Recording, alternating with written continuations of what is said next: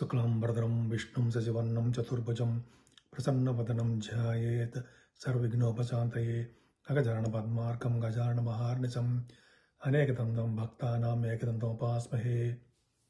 నేను మీ వడ్రే వాదినారంటారు యాది అస్వరజీ. ఇప్పుడు మనం సెప్టెంబర్ 1 తారీఖు నుంచి 30వ తారీఖు వరకు కూడా 12 రాసుల వాళ్ళకి ఈ సెప్టెంబర్ నెలలో ఎలా ఉండబోతుందో తెలుసుకుందాం. మీ జాతకాలు తెలుసుకోవాలనుకుంటే 7075389589 కాల్ చేస్తే నేనే స్వయంగా లిఫ్ట్ చేసి మీతో మాట్లాడతా. ఇప్పుడు ముందుగా మేషరాశిలోనే మీ మేషరాశి వారికి ద్వితీయ భావంలోనే గురుచంద్రుడు ఉన్నారు.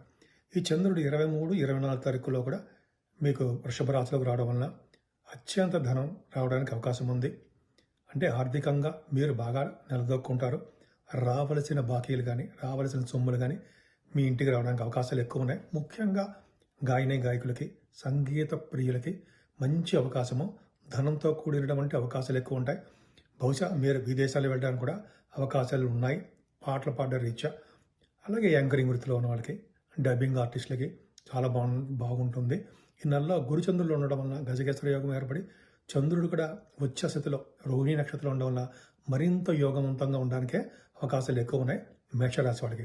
అంతేకాదండి, కుజుడు మీకు 3వ భావంలోకి వచ్చాడు, మీ రాశాధిపతి. ఇక్కడ 45 రోజుల పాటు ఉంటాడు. అంటే 27 ఆగస్టు నుంచి 20 తారీఖు అక్టోబర్ వరకు కూడా, అంటే 45 రోజుల పాటు కుజుడు ఉంటాడు.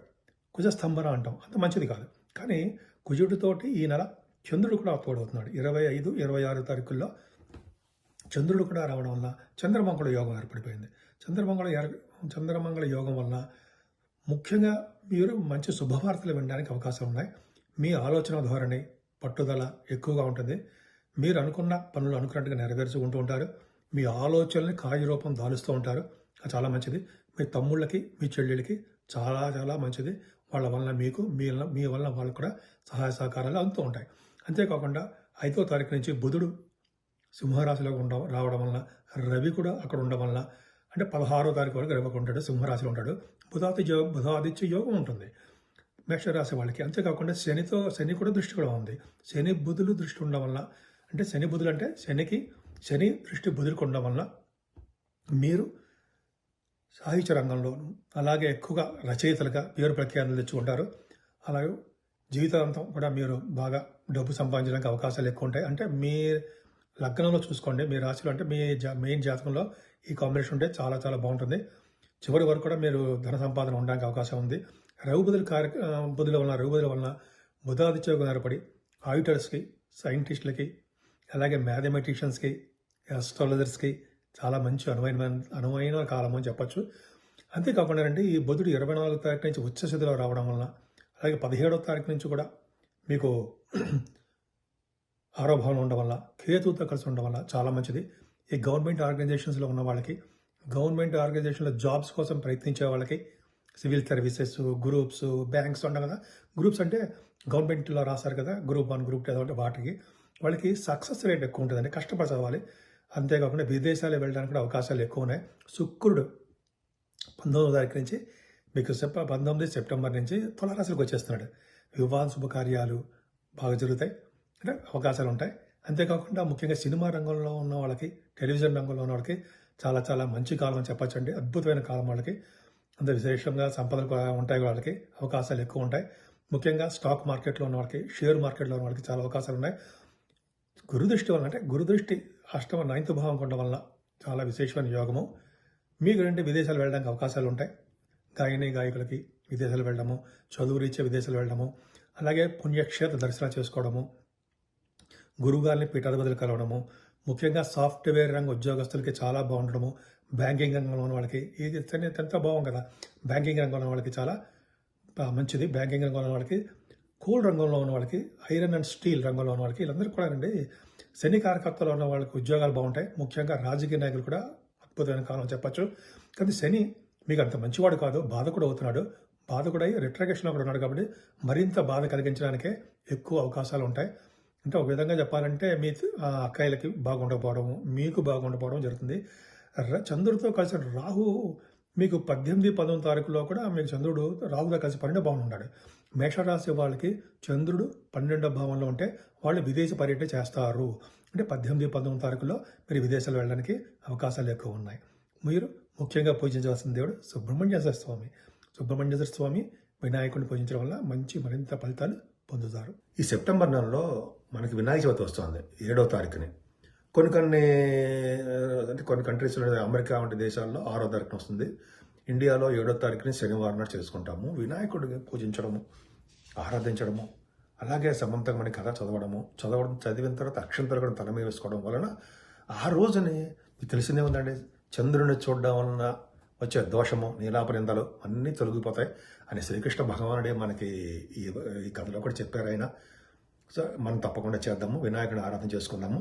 అలాగే 9వ తారీఖుని స్కంద షష్ఠి, సూర్య షష్ఠి అని వస్తుందండి. అంటే సూర్య షష్ఠి అంటే సూర్య భగవానుడికి ఇష్టమైన రోజు ఆ రోజు. అంతేకాకుండా సుబ్రహ్మణ్య స్వామి, వీరిద్దరిని పూజించడం వలన చాలా మంచి ఫలితాలు ఉంటాయి. అన్ని రాసుల వాళ్ళు కూడా ఈ పూజించాలి. ముఖ్యంగా సూర్య భగవాన్ ఆరాధన చాలా చాలా మంచిదండి. అది అద్భుతమైన ఫలితాలు మనకి తప్పకుండా ఉంటాయన్నమాట. సూర్య భగవాన్ని ఆరాధించడము, ఆ రోజు మనకి సూర్య భగవానుడికి ఆదిత్య హృదయం చేయడం వల్ల కూడా చాలా మంచి ఫలితాలు ఉంటాయి. ఆదిత్య హృదయం సూర్య భగవానుడు నమస్కార పీరియడ్ కదండి ఆయన. నమస్కారం చేయడం వల్ల మంచి ఫలితాలు ఉంటాయి. అంతేకాకుండా చక్కటి ఆరోగ్యాన్ని, ఐశ్వర్యాన్ని ప్రసాదించేవాడు సూర్య భగవానుడు మాత్రమే అంటే సూర్య భగవానుడు ఇస్తాడండి. అంతేకాకుండా సుబ్రహ్మణ్య స్వామి ఆరాధన చేయడం వల్ల ఈ రోజు కూడా అంటే సుబ్రహ్మణ్య స్వామిని అలాగే సేమ్ సూర్య భగవాన్ ఆరాధన చేయడం వల్ల చాలా మంచిది. ముఖ్యంగా సుబ్రహ్మణ్య స్వామి ఆరాధన ఏంటంటే ఆయనని ఆరాధించడం వల్ల అంటే కళ్యాణం చేయించడం కానీ, లేకపోతే సుబ్రహ్మణ్య స్వామికి పూజలు చేయించడం కానీ, పుట్టలో పాలు పోయడం కానీ ఇవన్నీ ఉంటాయి కదా. అలా చేయడం వల్ల పెళ్లి కాని వాళ్ళకి పెళ్లి అవ్వడము, సంతాన భాగ్యం కలగడము, భార్యాభర్తల యొక్క అనురాగం పెరగడం మీకు తెలియదే ఉందండి. సుబ్రహ్మణ్య స్వామి ఆరాధన చేస్తే ఎంతో అద్భుతమైన ఫలితాలు ఉంటాయని ఒకే రోజు రావడం సూర్య భగవానుడిది, అలాగే మన సుబ్రహ్మణ్య స్వామి షష్ఠి రావడం చాలా అద్భుతం అండి. ఈరోజు వీలుంటే ఉపవాసం ఉండండి. ఉపవాసం అంటే పొద్దున టిఫిన్ చేయొచ్చు, భోజనం చేయొచ్చు, రాత్రికి మాత్రం భోజనం చేయకుండా పిండి పులిహారం ఏదో చేసి తింటే చాలా మంచి ఫలితాలు వస్తాయి. వినాయకుడి ఆరాధన చాలా అద్భుతమైన ఫలితాలు ఉంటాయి. సూర్య షష్ఠి, స్కంద షష్ఠి అద్భుతమైన ఫలితాలు. అలాగే ఈ నెల 18వ తారీఖున అంటే మహాలయ పక్షాలు వస్తున్నాయి. మహాలయ పక్షాలు చాలా పవర్ఫుల్ కదా. అంటే పితృదేవతలని మనకి చాలా సంతృప్తి పరిచే రోజు అనమాట. మనం అంటే అందరూ కాదండి, తల్లిదండ్రులు లేని వాళ్ళు చేస్తారు ఇదంతా కూడా. పిండ ప్రదానం చేయడము, అలాగే దానాలు చేయడము. ఈ రోజు అంటే 15 రోజులు ఉంటుంది ఈ మహాలయ పక్షాలని. అలా చేయడం వల్ల ఏమవుతుందంటే పితృదేవత సంతోషిస్తారు. ఈ సంతోషించడం వల్ల ఏమవుతుందంటే మనకి వంశం వృద్ధి అవుతుందండి. గోత్రం వృద్ధి అవ్వడము, వంశ వృద్ధి అవ్వడం ఉంటాం కదా, ఈ వృద్ధి అవుతుంటుంది. దానాలు, పండితులకి దానాలు ఇవ్వడము, బట్టలు సమర్పించడం వల్ల అద్భుతమైన ఫలితాలు ఉంటాయండి. అందుకని చూడండి, ఈ నెల మొత్తం కూడా మన పెద్దల్ని ఆరాధించాలని చెప్పి నెల మొత్తం కూడా పెట్టారు. అందుకని పెళ్ళిళ్ళు అవి చెయ్యం కదా, కార్యక్రమాలు శుభకార్యాలు చెయ్యం ఈ నెల మొత్తం కూడా. కాబట్టి మనం ఈ మహాలయ పక్షాల్లో పితృదేవతలను పూజించి తర్పణాలు, దానాలు, పిండ ప్రదానాలు ఉంటాయి కదా. తల్లిదండ్రులు లేనివాడు నేను చెప్పేది ఎవరో ఒకరు ఉన్న వాళ్ళకి చేస్తే మంచిది. మరీ ముఖ్యంగా అంటే వినాయకుడిని, సుబ్రహ్మణ్య స్వామిని, సూర్య భగవాన్ని ఆరాధన చేయడం వల్ల ఈ 12 రాశుల వాళ్ళకి ఎవరైనా చేయొచ్చండి. చేయడం వల్ల అద్భుతమైన ఫలితాలు, మంచి ఫలితాలు, శుభ ఫలితాలు వస్తాయి. చక్కటి ఆరోగ్యవంతంగాను, ఐశ్వర్యవంతంగాను, ఎటువంటి కోర్టు కేసులు కానీ ఎటువంటి ప్రాబ్లమ్స్ లేకుండా మనశ్శాంతిగా ఆనందంగా ఉండేట్టుగా మీరు ఉండాలని ఆ సూర్య భగవాన్ని నేను మనస్ఫూర్తిగా కోరుకుంటున్నాను.